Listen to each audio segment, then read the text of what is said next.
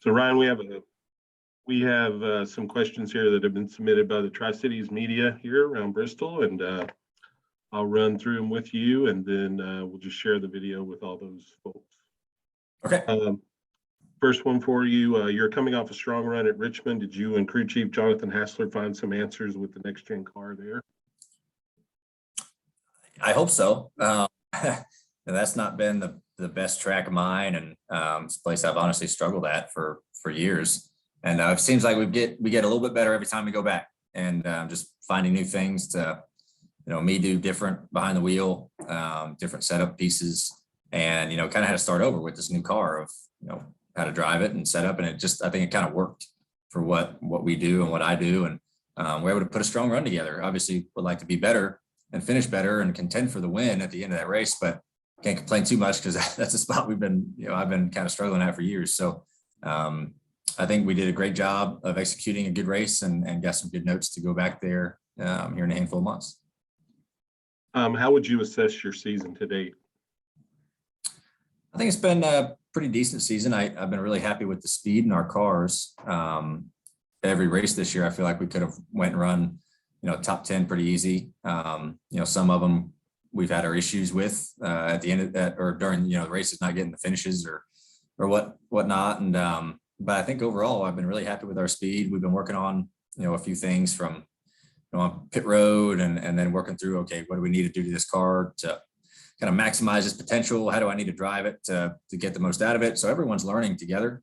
But I think we've been doing a great job, and it's been a really, really good start to the year for, me and Jonathan Hassler. It's our first year working together. So that's been really nice to start off strong with a new crew chief that, we've been working great together. So just got to keep plugging away, and, you keep running up front. You hope to try to break through here and get your first win of the year. Obviously, we'd like to have a win already, but I think we're getting pretty close. Just got to keep working at it. Last year, you were fastest in practice on the dirt. What was the key to finding the speed on the dirt last year at Bristol? Yeah, that's that was a fun race last year for sure. Obviously, very different than anything we've ever done before. And I think one of the biggest things I was fastest was, the track was pretty tacky and wet, and I was just able to just blitz it off in there for a couple laps and get the fastest lap. So I've never really been too into, looking at practice times or speed, especially early on in the dirt, just because who knows who hits a good lap, when it's tacky. It's more kind of when the track gets slicked off and what you're going to race in that you kind of look at times. But there, honestly, I didn't look at much lap times last year because you were so worried about, okay, I need to get my car driving good. And lap times I'm not really worried about. So that was the biggest focus, but I'm excited to go back here in a couple weeks to Bristol, a little bit of a night race. So a little change, change of pace there. And I think it's going to help that track a little bit, being at night, not being under the sun. But hopefully we have that same speed. It'd be nice to go back there and contend. You finished in the top 10 on the Bristol Dirt last year. Did you enjoy the experience overall? I did enjoy it. I thought obviously it was something very, very different, a wild idea, but I thought everyone had a good time, and I thought the fans really enjoyed it. And ended up getting a good finish out of it with a pretty tore up race car. So it was a good time for sure. It was just something different, and I think you talk to drivers, they enjoy doing different things, from driving different cars to different styles of racetrack. You enjoy that challenge that kind of presents, and looking forward to doing it again this year. Do you feel like the guys with a lot of dirt experience have more of an advantage in this race, even though like Logano won last year and he didn't really have a ton of experience? Yeah, I think it does, help a little bit, if those guys like Larson, Bell, Briscoe, those guys have a bunch of dirt experience.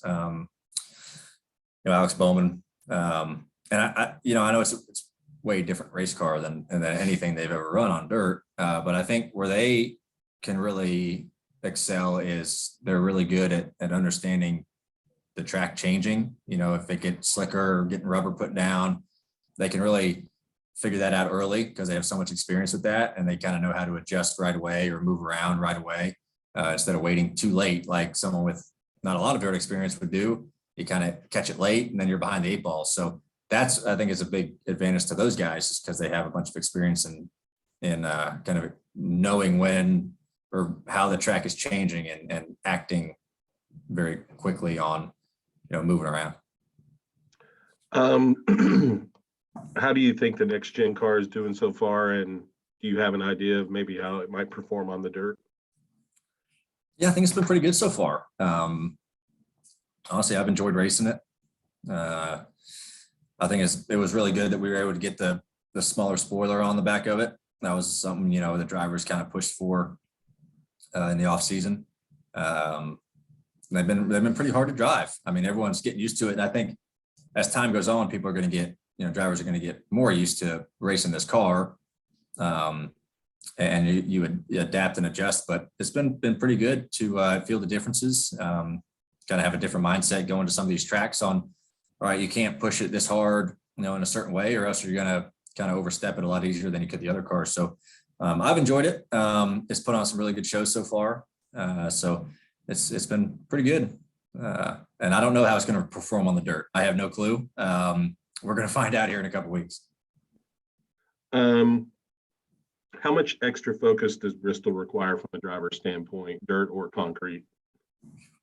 Yeah. Gosh, I feel like it's from the dirt and concrete. It's really difficult to stay focused for different reasons. When it's concrete, things happen so fast and you always have to be looking ahead, way ahead of you. And you have no time to kind of relax. You're in the corner and then 2 seconds later, you're in the corner again. Like there's no time to take a breather. You're always really focused, but the dirt, you're going a lot slower around there on the dirt, but I think it takes just as much focus on trying to, see what the track's doing and slide it in there right. So it's a lot. You're pretty mentally worn down after both races. I'd say maybe a little bit more on the concrete surface because things happen really quickly and you have to, have 1,000 thoughts a second, but they're still both very tough. You mentioned it earlier about the race moving tonight, the dirt race at night. Do you feel like that will help the teams, help the performance, help the fans?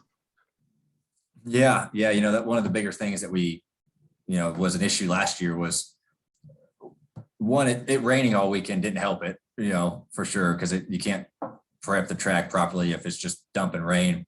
But then also, under the sun, so you're kind of limited on how much you can water the track because we have windshields and grills and you can't do it like a normal dirt track. So there's only so much you can do, but then with the sun, it just bakes it and then you get dust. And then when you get dust, the sun's still there. So then you can't see anything. So I think moving to night is going to be way better. It's not going to get as dusty. You're not going to have sun really make it worse. So I think it's just going to help overall for the drivers and the fans really to enjoy the show. And the last question, open the season with 7 different winners and 7 races, much like last year, a lot of parity. Does that surprise you? Do you feel like we might see 16 different winners this year in the regular season? Yeah, it's hard to tell. I feel like, like you said, it was the same as last year. You got, 3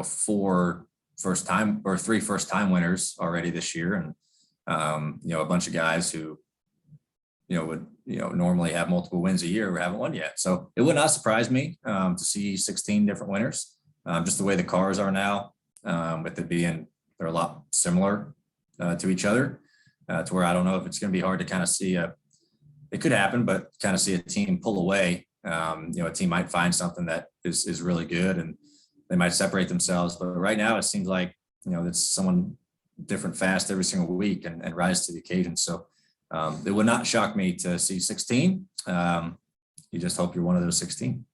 Gotcha. All right, Ryan. Well, we appreciate your time and we'll look forward to seeing you out here next weekend. Thanks, guys.